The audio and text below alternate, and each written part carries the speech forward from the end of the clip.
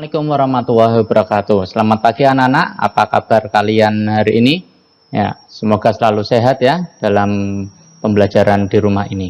Hari ini Pak Epri akan menjelaskan tentang operasi hitung campuran. Ya, di pembelajaran yang kemarin kamu sudah belajar tentang operasi hitung bilangan caca. Nah, hari ini Pak Epri akan membahas operasi hitung campuran. Ya, dalam kehidupan sehari-hari kita pastinya sering menjumpai berbagai macam operasi hitung ya campuran yang harus kita selesaikan dalam beberapa operasi hitung seperti penjumlahan, pengurangan, pembagian dan perkalian. Nah, setelah mengikuti pembelajaran ini, diharapkan siswa dapat melakukan operasi hitung campuran ya, yang di dalamnya melibatkan operasi hitung penjumlahan, pengurangan, perkalian, dan pembagian. Selain itu, tujuan yang kedua, kamu dapat menyelesaikan masalah yang berkaitan dengan operasi hitung. Ya, misalkan menyelesaikan permasalahan dalam soal cerita ya, yang tentunya berkaitan dengan operasi hitung campuran. Nah, sudahkah kamu tahu apa itu operasi hitung campuran? Ya.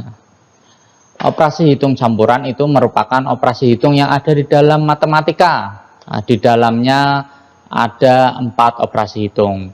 Apa saja itu? Nah, yang pertama penjumlahan, yang kedua ada pengurangan, yang ketiga ada perkalian, dan yang keempat ada pembagian. Yang namanya operasi hitung campuran di dalamnya pasti melibatkan keempat operasi hitung ini. Ya. Apakah harus 4? Tidak. Ya. Mungkin nanti kamu hanya menjumpai 3 operasi hitung, ya. Atau hanya 2 operasi hitung, atau ya mungkin keempat-empatnya akan muncul 4 operasi hitung itu. Contohnya, nah, dalam contoh soal berikut ini, 47 dikalikan 25 dikurangi kurung buka 137 ditambah 203 kurung tutup dibagi 20 sama dengan titik-titik. Nah, ini namanya operasi hitung campuran. Kenapa disebut operasi hitung campuran? Karena di dalamnya ada operasi hitung perkalian, pengurangan, penjumlahan, dan pembagian ya. Pak Epri ulangi, karena di dalamnya ada operasi hitung perkalian, pengurangan, penjumlahan, dan pembagian. Nah, di dalamnya juga ada operasi hitung yang berada dalam tanda kurung. Manakah yang harus kita kerjakan terlebih dahulu? Nah, pada hari ini akan Pak Epri jelaskan. Ya. Operasi hitung campuran bilangan caca. Dalam melakukan operasi hitung bilangan caca, ada hal-hal yang harus kamu perhatikan atau hal yang harus kamu ingat. Yang pertama, operasi hitung di dalam tanda kurung dikerjakan terlebih dahulu. Kemudian, yang kedua, operasi hitung perkalian dan pembagian dikerjakan terlebih dahulu daripada operasi penjumlahan dan pengurangan. Kenapa pembagian, perkalian, dan pembagian dikerjakan lebih dulu? Karena perkalian dan pembagian itu nilainya lebih besar daripada penjumlahan dan pengurangan. Kemudian aturan yang ketiga, operasi hitung perkalian dan pembagian dikerjakan urut dari paling kiri. Jika dalam satu soal ada operasi hitung perkalian dan pembagian, maka mengerjakannya urut dari yang paling kiri. Yang keempat, operasi hitung penjumlahan dan pengurangan dikerjakan urut dari paling kiri. Ini sama dengan aturan yang ketiga, tetapi untuk penjumlahan dan pengurangan. Jika dalam satu soal ada penjumlahan dan pengurangan, maka dikerjakannya urut dari paling kiri. Nah, ini 4 hal atau 4 poin yang harus kamu ingat ya, atau 4 aturan yang harus kamu ingat-ingat ketika nanti dalam mengerjakan soal. Contoh yang pertama tentang operasi hitung campuran. Ada 100 ditambah 2400 dibagi 120 sama dengan titik-titik. Nah, ini terkait dengan aturannya. Dalam soal terdapat operasi hitung, penjumlahan, dan pembagian. Maka ya, operasi hitung pembagian harus dikerjakan terlebih dahulu. Kenapa pembagian harus dikerjakan terlebih dahulu? Ya, siapa yang masih ingat? Ya, ada penjumlahan dan ini ada pembagian. Kenapa pembagian harus dikerjakan terlebih dahulu?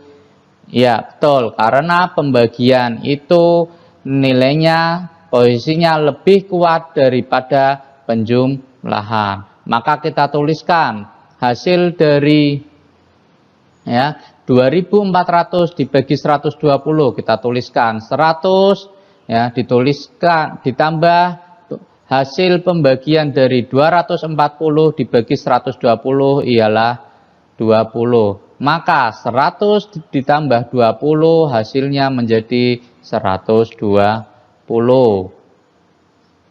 Contoh soal berikutnya. Contoh soal yang kedua, ada bilangan 250 ditambah 40 dikalikan 150 dikurangi kurung buka 1500 dibagi 30 kurung tutup sama dengan titik-titik. Nah, ingat aturan yang kedua. Jika dalam soal terdapat tanda kurung, maka operasi hitung dalam tanda kurung dikerjakan terlebih dahulu, kemudian perkalian, dan terakhir penjumlahan dan pengurangan urut dari paling kiri. Nah, kita kembali ke contoh soal yang kedua. Ada operasi hitung penjumlahan, perkalian, pengurangan, dan pembagian. Mana yang dikerjakan terlebih dahulu operasi hitung tersebut? Ya, yang dikerjakan terlebih dahulu ialah pembagian. Kenapa? Karena pembagian ada dalam tanda kurung. Maka kita tuliskan 250 ya, 250 ditambah 40 dikalikan 150 dikurangi hasil dari pembagian 1500 dibagi 30. Berapa hasil pembagiannya? Ya, 50. Maka kita tuliskan selanjutnya ada operasi hitung penjumlahan ya, perkalian dan pengurangan. Mana yang kita kerjakan terlebih dahulu? Jika ada penjumlahan, perkalian, dan pengurangan. Ya, yang kita kerjakan terlebih dahulu ialah perkalian. Maka kita tuliskan 250 ditambah hasil dari perkalian 40 kali 150 ialah 6000 dikurangi 50. Nah, selanjutnya ada operasi hitung penjumlahan dan pengurangan. Mana yang dikerjakan terlebih dahulu? Ya, penjumlahan dan pengurangan itu sama kuat. Maka harus kita kerjakan urut dari yang sebelah kiri. Maka kita tuliskan ya 250 ditambah 6000 sama dengan 6250 dikurangi 50. Hasilnya 6200. Sudah jelas anak-anak? Ya. Kita lanjutkan ke contoh soal berikutnya. Ya. Contoh soal berikutnya ialah contoh soal ketiga. Ada bilangan 1500 dikurangi 400 dibagi 50 ditambah 200 dikalikan 5 sama dengan titik-titik. Aturan yang ketiga. Ya. Dalam soal terdapat operasi hitung pengurangan, perkalian, pengurangan, pembagian, penjumlahan, dan perkalian.